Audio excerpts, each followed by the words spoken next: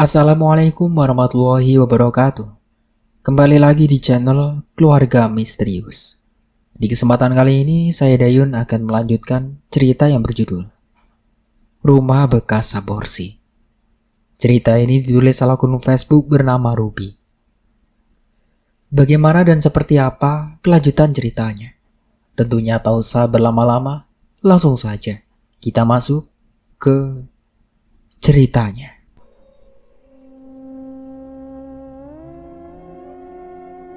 Jonas kalut saat mengetahui bahwa Tante Fanny hamil.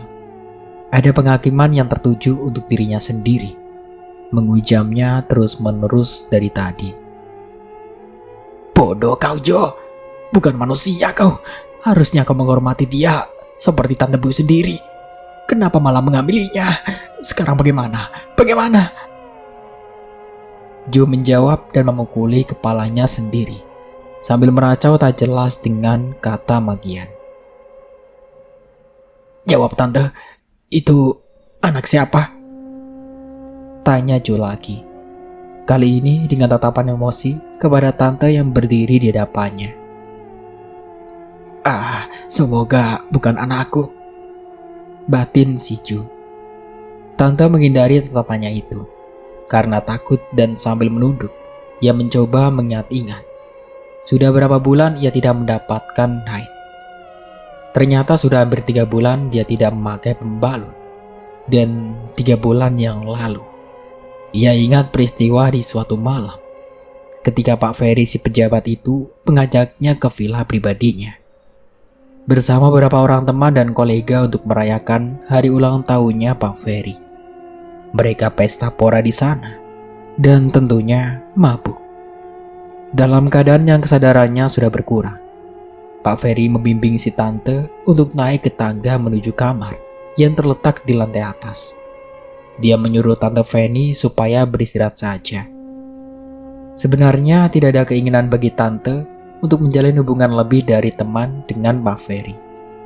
Selain karena postur tubuhnya yang gemuk dan hidungnya yang bulat seperti kentang, Tante Fanny kerap melihat Pak Ferry juga bersikap ringan tangan kepada bawahannya.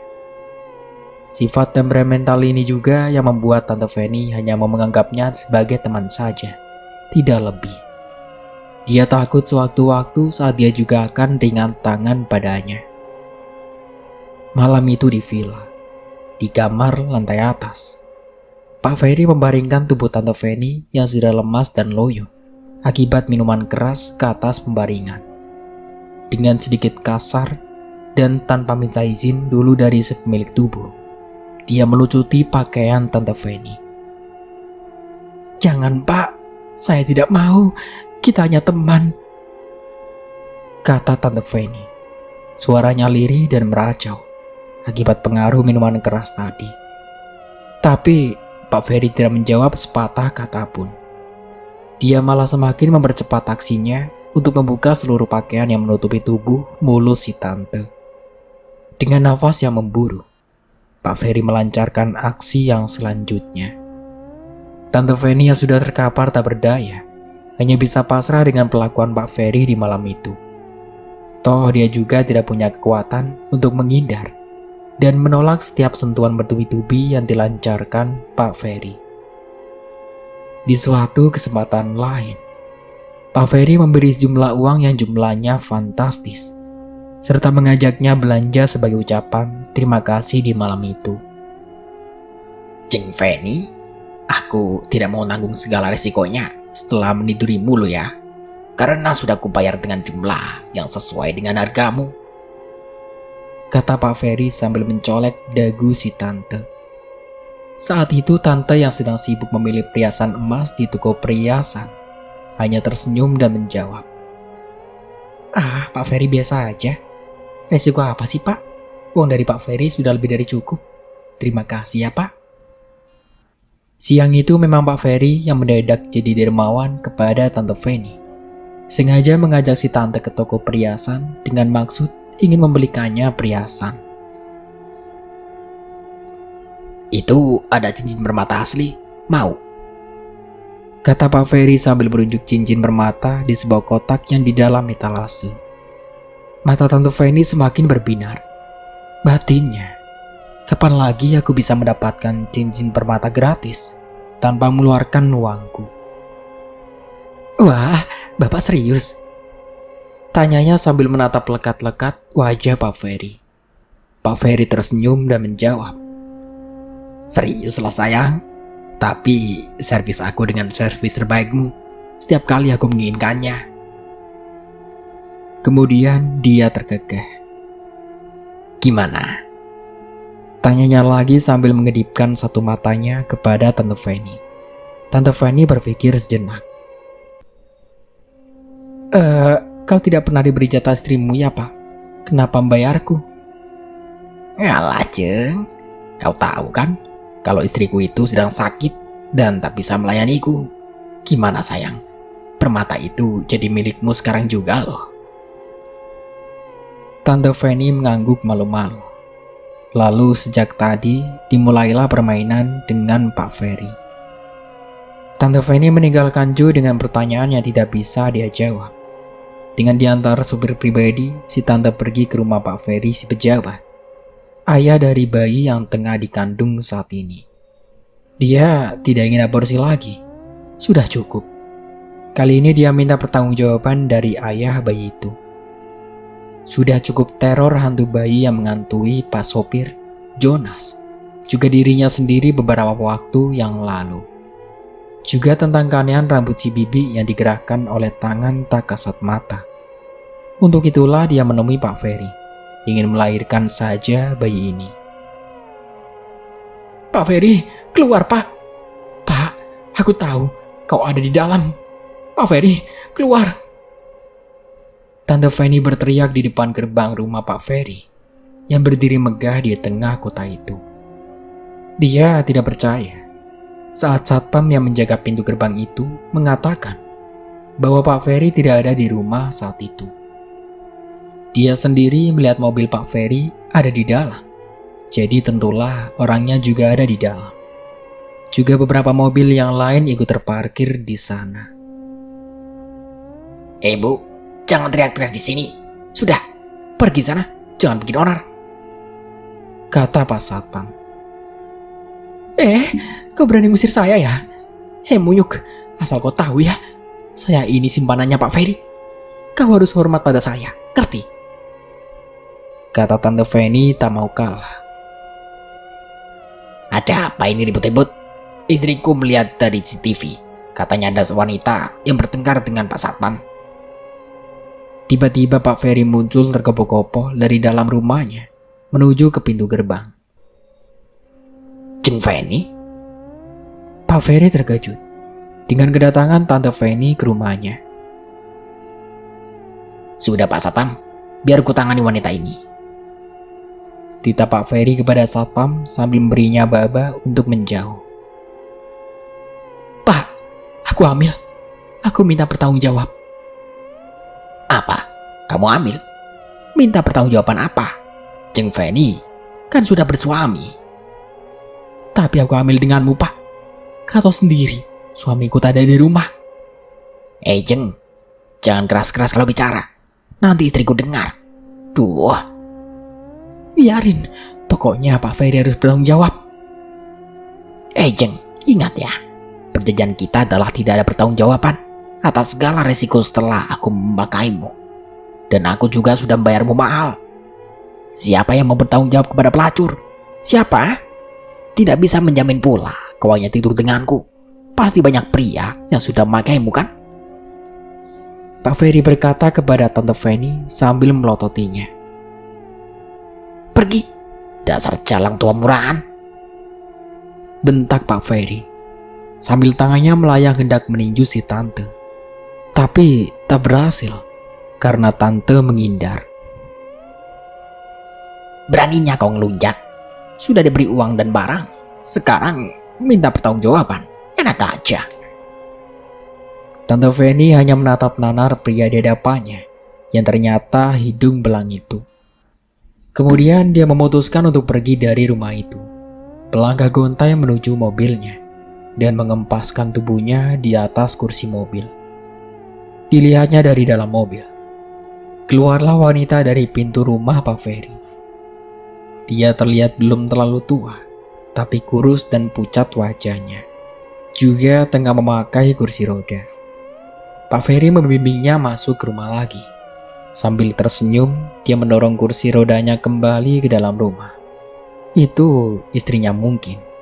Entahlah, masa bodoh. Dengan ragu dan hati-hati, Pak supir bertanya kepadanya sambil melirik lewat kaca kecil di depannya. Kita mau pergi kemana lagi, Nyonya? Pulang. Jawabnya singkat. Ya ampun, lalu bagaimana dengan bayi ini? Katanya dalam hati. Galau dan bingung menyergapnya kini. Pikirannya kusut. Nyonya kelihatan pucat dan kelam. Sakit kah? Apa mau kubuatkan teh hangat? Sapa Bibi saat melihat Tante Fanny duduk melamun di kursi ruang makan yang letaknya bersatu dengan dapur. Bibi menoleh sebentar ke arah Tante. Tante Fanny mengangguk pelan. Lalu pandangan si Bibi kembali lagi diarahkan ke kompor di depannya. Kemudian tangannya dengan tangkas menuang air mendidih ke dalam gelas berisi susu. Ada 2 gelas berisi susu sasetan diletakkan di atas nampan di samping kompor itu. Bersanding pula jajanan pasar dan nasi plus lauk di dalam nampan itu, berjajar dengan 2 gelas. Bibi bikin susu, buat apa? Tanya Tante. Aneh, pikir Tante, karena di rumah ini tak ada yang menyukai susu. Nyonya, ini kan malam Jumat Legi. Wajib untuk bikin cawisan yang ditujukan untuk kerabat dan keluarga yang sudah meninggal. Tante Fanny semakin heran. Karena biasanya cawisan itu diisi wedang teh dan wedang kopi bersebelahan. Lah ini kok susu? Bau susu menyeruak ke seluruh ruangan dapur, menggugah selera para bocah tak kasat mata. Bibi kemudian mengaduk-aduk minuman susu yang berada di atas nampan itu. Terdengar menggema di seluruh ruangan dapur. Suara khas sendok yang tengah beradu dengan gelas. Disusul kemudian dengan suara Bibi yang mulai menyanyi tembang Jawa lagi. Lirih terdengar.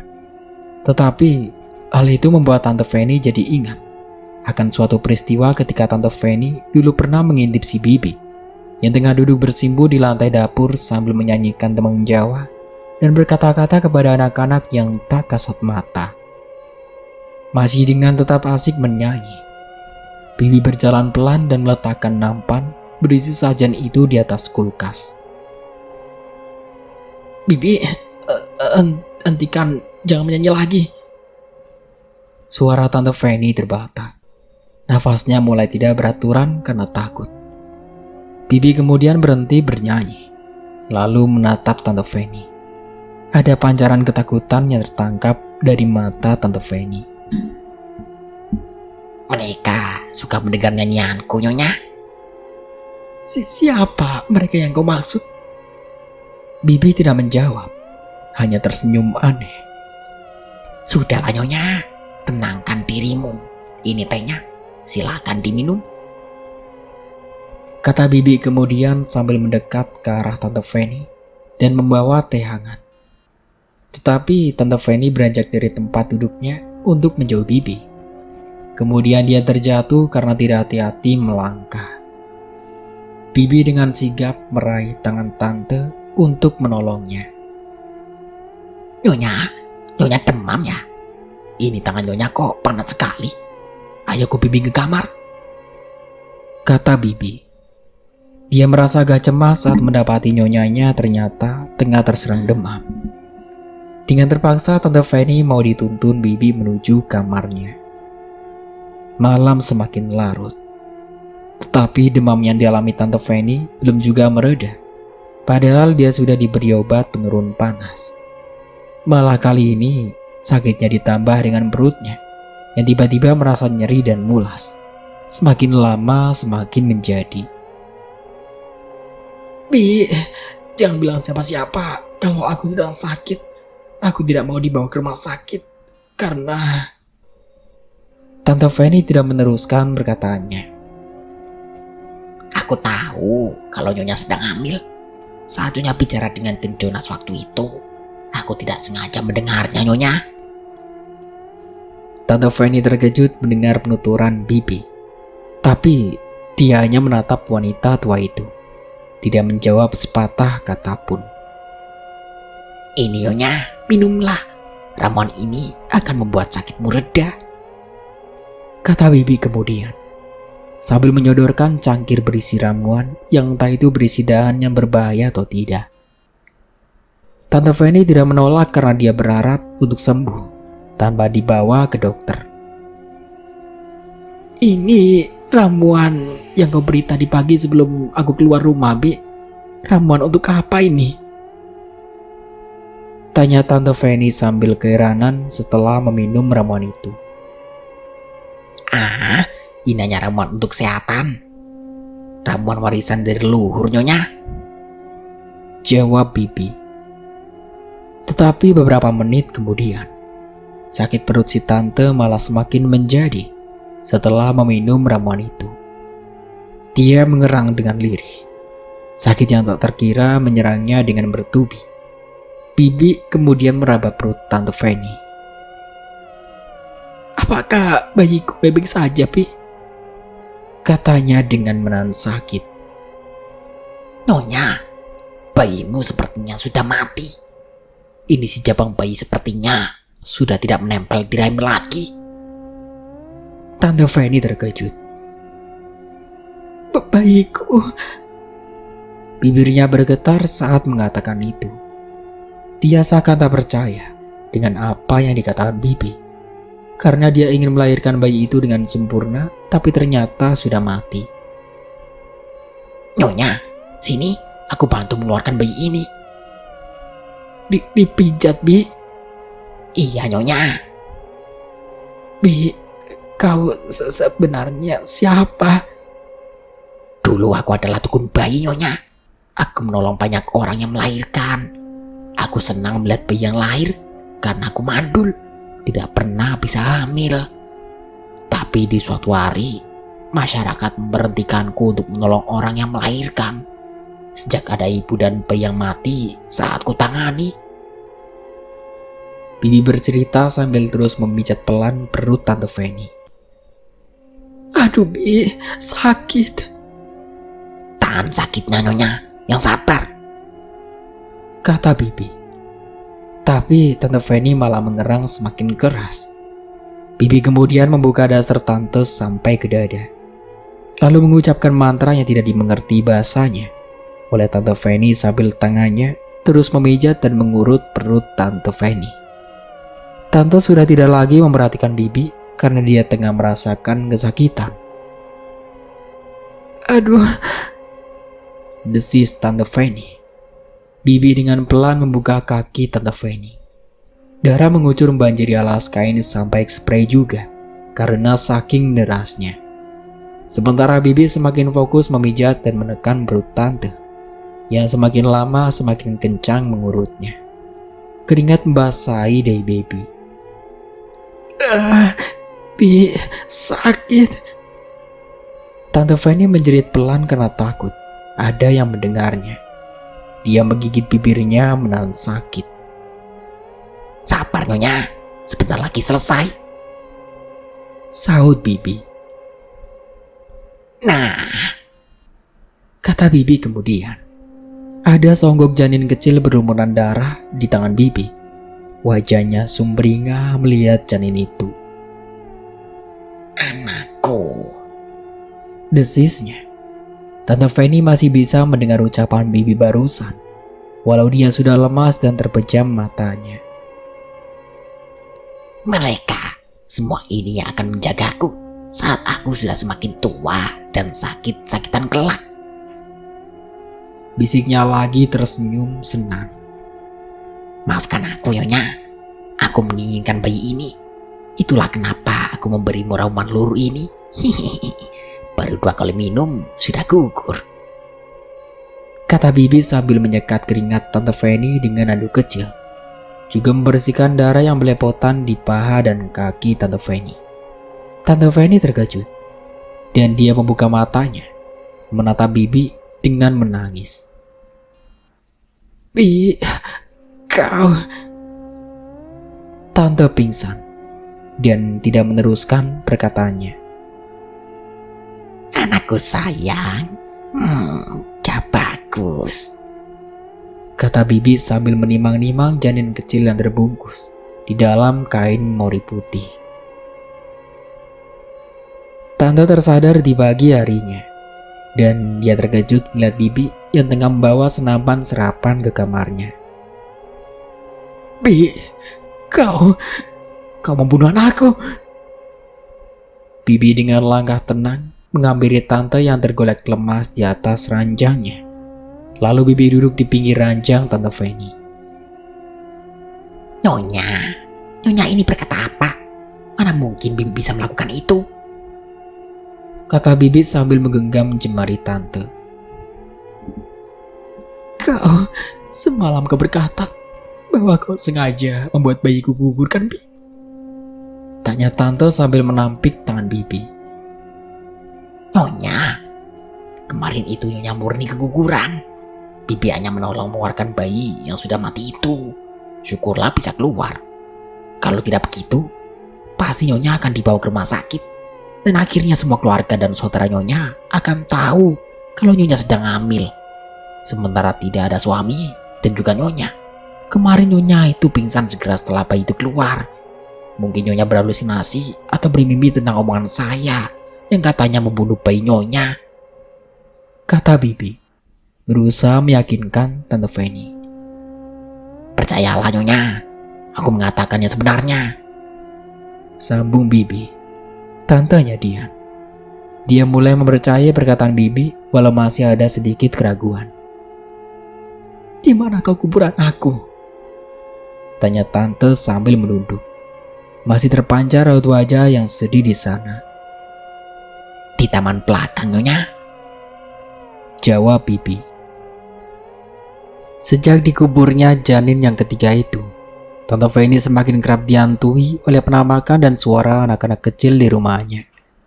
Setiap kali dia berteriak histeris saat penampakan itu muncul, atau suara-suara anak menangis dan tertawa terdengar dekat di telinganya. Dia mulai tidak bisa berpikir dengan rasional. Apakah ini hanya halusinasi atau karena dia hanya terbayang-bayang dengan sosok bayi yang dia bunuh sehingga membuatnya dikejar rasa bersalah? Ataukah memang ini benar-benar penampakan? Hal inilah yang membuat dia sering menjambak rambutnya sendiri, menampar pipinya sendiri, bahkan memukul kepalanya sendiri. Berharap tamparan dan pukulan itu menyadarkan dia dari halusinasi dan mimpi teror hantu anak-anak kecil itu. Menurutnya, hantu yang paling jahat adalah sosok anak yang ketiga. Hantu ini penampilannya paling seram. Tante Fanny kemudian ingin menjual rumah itu dan ingin pindah ke rumah orang tuanya. Ketika dia menyampaikan keinginannya itu, Jonas memutuskan untuk mencari tempat kos baru.